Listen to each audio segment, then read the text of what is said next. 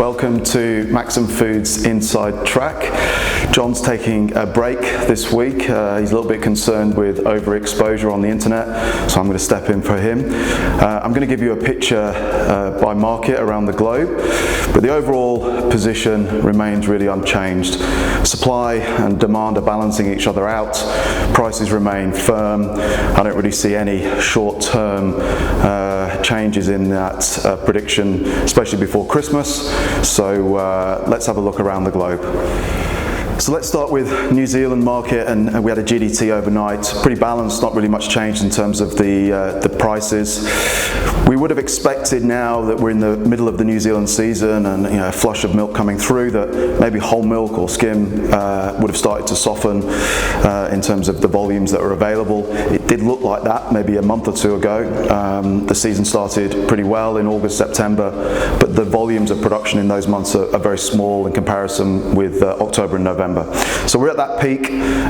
It looks as though that production has slowed down, or the volume of milk has slowed down, and overall milk will be flat for the FY24 in New Zealand. What does that mean? Well, whole milk has firmed. That's been helped by the return of the Chinese market to GDT. They took 50% of whole milk overnight. The stimulus measures seem to be having an impact in China and prompting them to import more commodity product from New Zealand.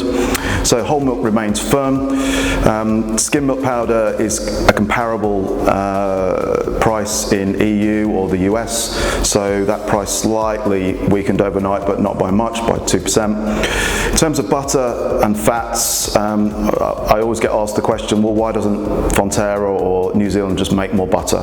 Butter price is very high, why can't we just have more supply? And the reality is there are a certain number of butter churns in New Zealand, and they're at capacity right now. So the reality is we just can't make any more butter in that market. Stocks are relatively low, and so if anything, butter out of the NZ market could firm and go up slightly over the next 3 to 6 months. Across to the US market, we've seen record high cheese and fat butter prices over the last 3 to 6 months. It was kind of unexpected. The thinking was that price would start to soften with new capacity coming online within the US, new cheese plants, new butter plants coming online. What seems to have happened is that people went short, didn't hold much stock, given that they thought the market was going to weaken. It didn't weaken. Everyone has had to cover off their short-term positions, and that pushed the market to a temporary high. We're seeing that now come off for cheese and for butter, which should start to present us with buying options, especially into 2025. We're not seeing the actual milk growth yet, but we believe that longer term it's just really a matter of time. When can farmers grow their heifer herds to produce more milk, and then we should see what we've all been expecting really over the last 6 months, that the price will start to come back. So opportunities coming, I think, within the US maybe in 2025, but right now we're still reasonably high. So in the EU, again, probably similar factors to the US. Short term, people not holding too much stock, going shorter term, expecting prices to kind of come off, or just not wanting to hold that stock at high interest rates, has led to a temporary increase in demand. That pushes prices up in the short term. On top of that, you've had the blue tongue or virus for the cows, which impacts milk production. So those two factors coming together have pushed the EU markets up significantly in the short term. Butter reaching 8,000 euros or 13,000 Aussie dollars to the ton. So the milk production in the EU is relatively flat. We're not expecting that to grow anytime soon, unlike the US, where we do expect it to grow. But we've seen that these short short-term highs in butter. They've reached their limit. They're not sustainable. People have covered off their short-term positions, and that's come back now. But it's still more expensive than probably the rest of the world. So we don't see any real big opportunities on the main commodities out of Europe at this stage. Obviously, still opportunities with more bespoke products like proteins and the like. Okay, finally, the home market in Australia. Milk price, as we know, differs to those other three markets in Australia. The milk price is fixed in June every year, and whereas in the other markets, the milk price fluctuates throughout the year depending on the supply and demand of each of their indexes. So it's a slightly different dynamic over here. What we found is going into the winter months in Australia, there was a lot of milk back in the autumn in Australia, and that got made into cheese and fats. We saw that kind of flow through the market over the winter months, and the price of cheese obviously was affected and was relatively weak in this market compared to other markets in the world.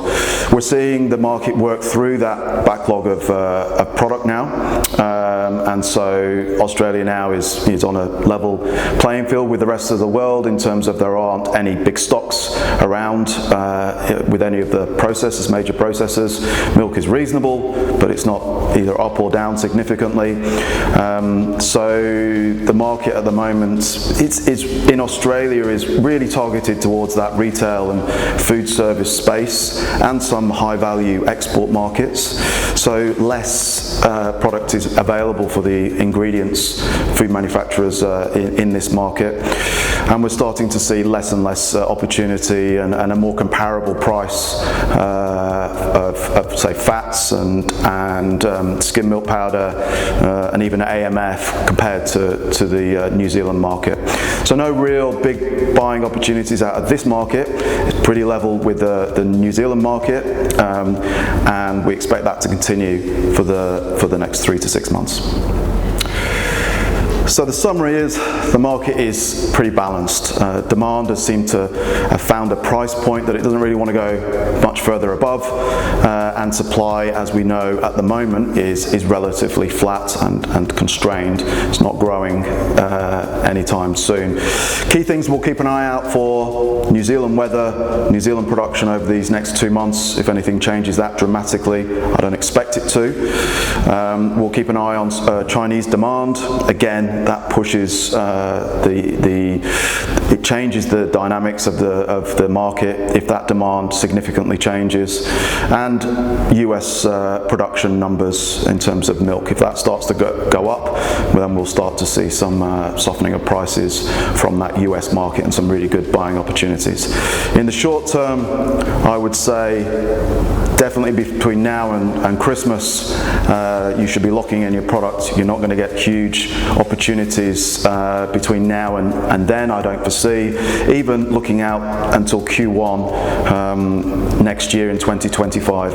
After that, we should start to see some of these longer term dynamics in the global market play out, and the picture should become a little bit clearer on where these commodities are heading.